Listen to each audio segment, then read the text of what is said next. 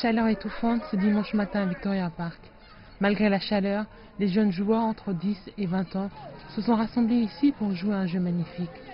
Il n'y a plus de gazon ici depuis les célébrations du Jubilé d'or en 2007, quand le sol a été recouvert de ciment. Mais cela n'arrête pas les joueurs, quelques-uns sans chaussures et d'autres portant des habits mal assortis. Les préparations seront bientôt achevées pour le football. C'est sans doute loin des stades de milliers de places comme Stamford Bridge ou San Siro, un rêve devenu réalité pour ces joueurs d'un jour.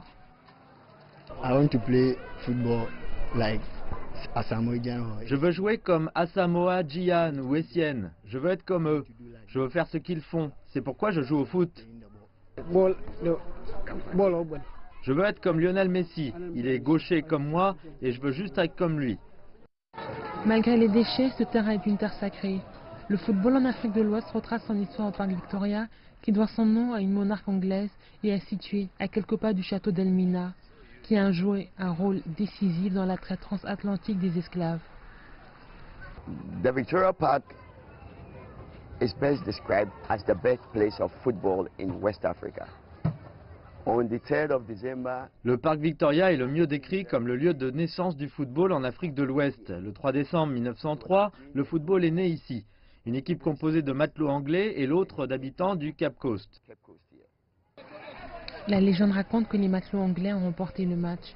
Juste après, les habitants locaux ont commencé à constituer leur propre club.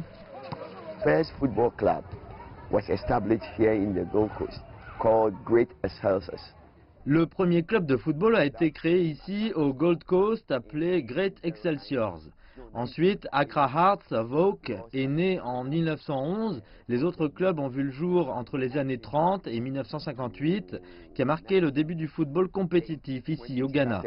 Competitive football here in Ghana. La ligue a débuté avec juste 8 clubs, dont 3 existent encore aujourd'hui. Paul travaille en tant qu'administrateur pour l'un des tout premiers clubs de la zone, le Ebuzoa Dwarf, autrefois connu sous le nom de Mysterious Dwarf, qui a pris la 4e place du classement de la première ligue du Ghana, qui vient juste de s'achever. En attendant, ces jeunes hommes sont en bonne compagnie. We can talk about the best ever goalkeeper Africa has known, Robert Mensah. Nous pouvons parler du meilleur gardien que l'Afrique ait jamais connu, Robert Mensah. Il vient de Cape Coast, il vivait quelque part ici. Nous pouvons parler de Emmanuel Kwasi, capitaine des Black Stars, qui a remporté la Coupe des Nations pour la 4e fois en Libye. Nous pouvons parler de Aggrey Finn, le premier capitaine des Black Stars après notre indépendance. Les 11 membres de l'équipe venaient tous de Cape Coast Mysterious Dwarfs.